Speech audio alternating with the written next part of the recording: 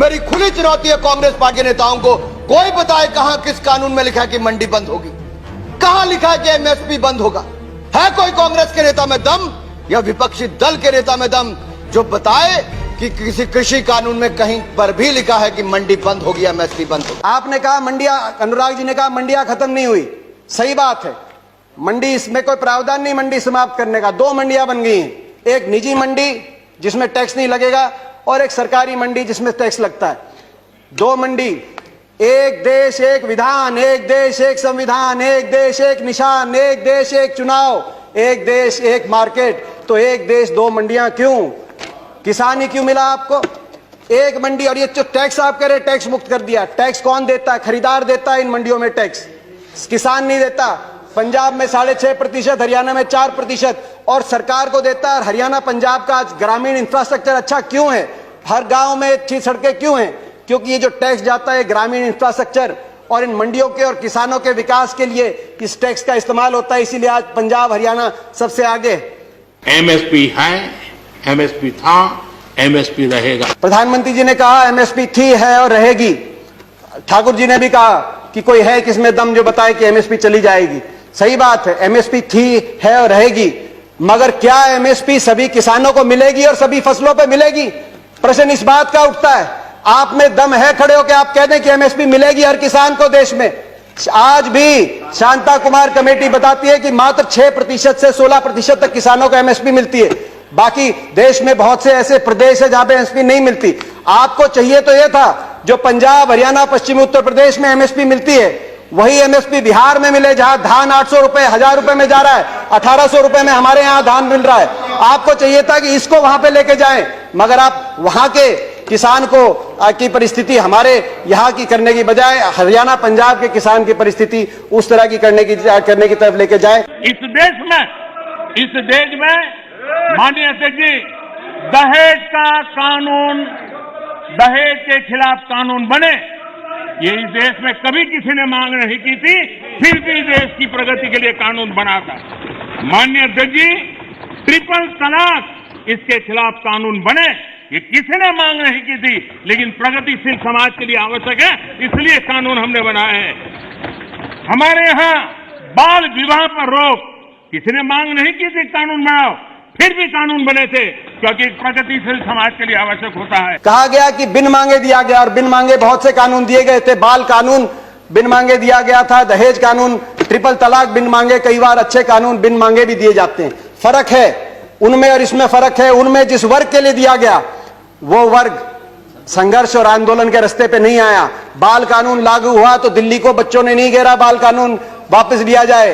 दहेज का कानून आया तो महिलाएं धरने पे नहीं बैठी कि हमें दहेज देना है, मगर यहां जिस वर्ग के लिए आपने दिया वो वर्ग आज आपके दरवाजे पे आया, दिल्ली के आसपास लाखों की तादाद में बैठा है। हरियाणा सरकार का कॉन्ट्रैक्ट फार्मिंग एक्ट उठाइए, और वो तो हुड्डा जी के समय पारित हुआ था।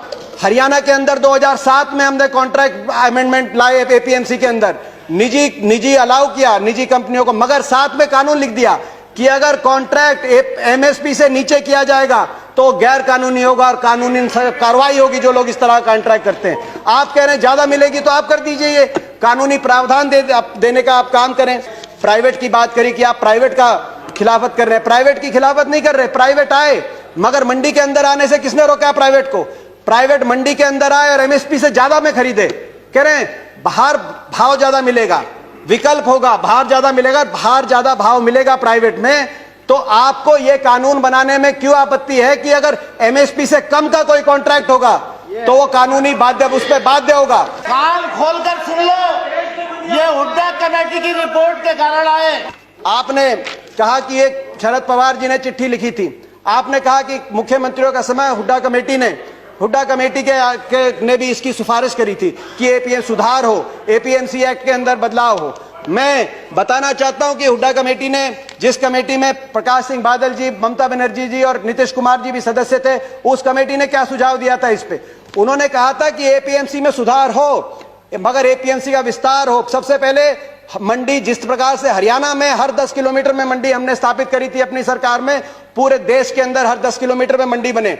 दूसरा, प्राइवेट अगर आए तो मंडियों के अंदर आए, एमएसपी से ज्यादा पे खरीदें, एमएसपी से कम पे खरीदते हैं तो कानूनी कार्रवाई हो, वो ऐसी खरीदारी अलाउ ना हो। तीसरा, एमएसपी की कैलकुलेशन C2 के आधार पे हो, A2 कॉस्ट नहीं, C2 खर्चे के आधार पे एमएसपी कास्ट हो, जो आज किसानों की सबसे बड़ी मांग है।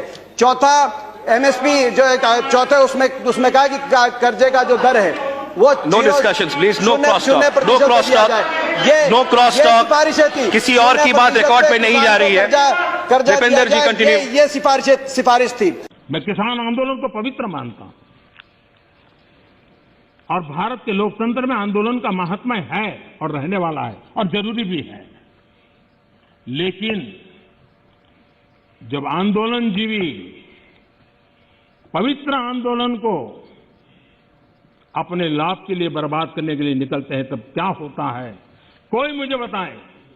3 किसान कानून की बात हो और दंगाबाज लोग जो जेल में हैं, जो संप्रदायवादी लोग जो जेल में हैं, जो आतंकवादी लोग जेल में हैं, जो नक्सलवादी जेल में हैं, उनकी फोटो लेकर के उनकी मुक्ति की मांग करना, ये किसानों के आंदोलन को अपवित्र करने का प्रयास है कि नहीं?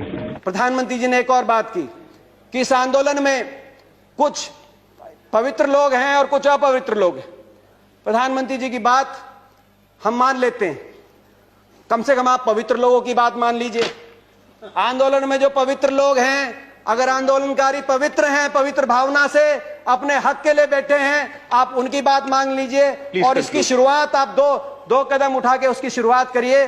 आप तुरंत, मैं मांग करता हूं, बातचीत के दरवाजे, क्योंकि आप भागे थे 11वें राउंड में बातचीत से, 12वीं बातचीत के दरवाजे खोलें। आपकी प्रजा है, अपनी प्रजा की बात मानने से आप छोटे नहीं होंगे, अपनी प्रजा की बात मानने से आपकी हार नहीं होगी। बातचीत के दरवाजे खोलते हुए। और दूसरा, जो 200 लोगों ने, 200 से ज्यादा किसानों ने अपनी जान कुर्बान करी है, उनके परिवारों के लिए आपके लिए सहानुभूति का एक शब्द नहीं निकला। कम से कम उनके परिवारों की मदद के लिए एक पैकेज की घोषणा करके विश्वास बनेगा। हम विश्वास बनाने वाले लोग हैं, विश्वास बनेगा। मैं हाथ जोड़ के आपसे प्रार्थना करता हूं, आपकी प्रजा, आपके लोग हैं, इनकी बात मानिए। आपका बहुत बहुत धन्यवाद। जय हिंद, जय जवान, जय किसान। आप देख रहे हैं सत्य खबर, सत्य, सटीक, बेबाक।